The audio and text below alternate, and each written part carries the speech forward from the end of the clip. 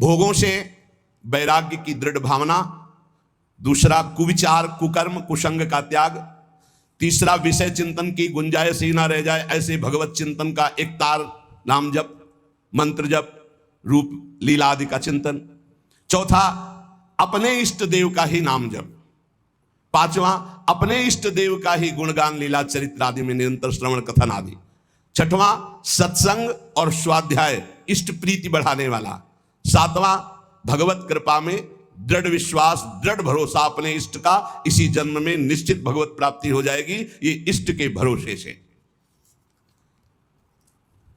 हमें चिंतन उसका नहीं करना पड़ता जो सबसे ज्यादा प्यारा होता है, उसका कभी चिंतन नहीं करना पड़ता, स्वाभाविक चिंतन होता है। जैसे शरीर का कौन बैठकर ध्यान करता है, कौन नाम जप करता है, कौन चेष्टा करता है शरीर, और कब भूलता है, कभी नहीं भूलता।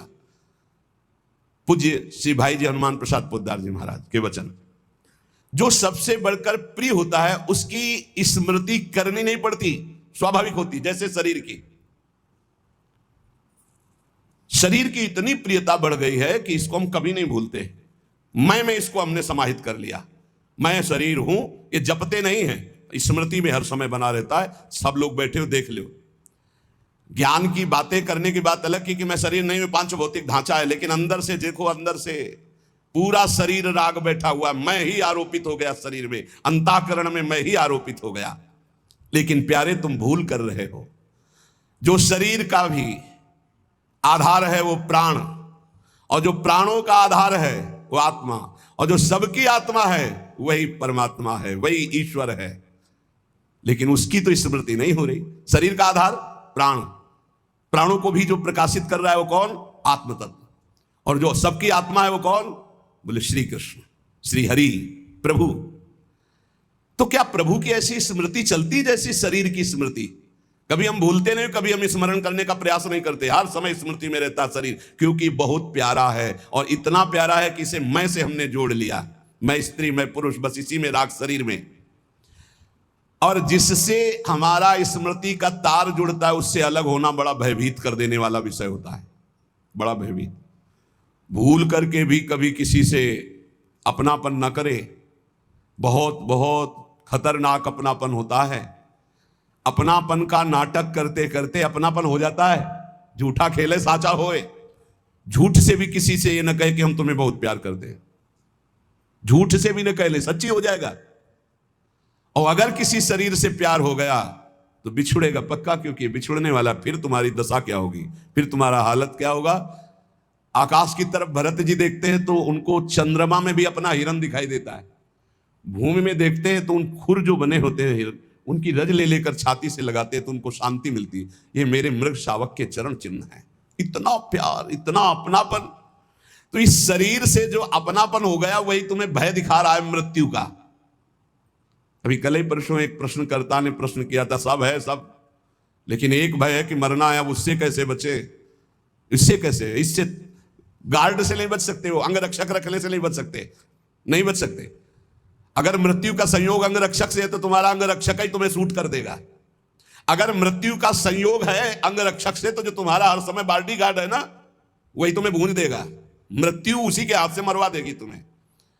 और इतना प्रिय शरीर है कि मृत्यु की बात सुनते ही एक बार जैसे बिजली का करंट नहीं लगता, ऐसे मरना, अरे होश खराब हो जाते। देखो थोड़ी देर सोच के कि आज मरना है, कैसा लगेगा? बोले मरने से सब जगह मेरो मन आनंद, ओठ सूख जाएंगे, ओठ सूख जाएंगे कि तुम 5 दिन में मरने वाले हो, तुम्हारे ऐसा रोग है, ओठ सूख जाएंगे।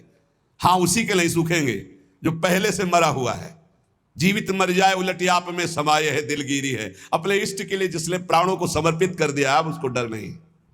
हमें सबसे ज्यादा प्रिय देह और प्राण है।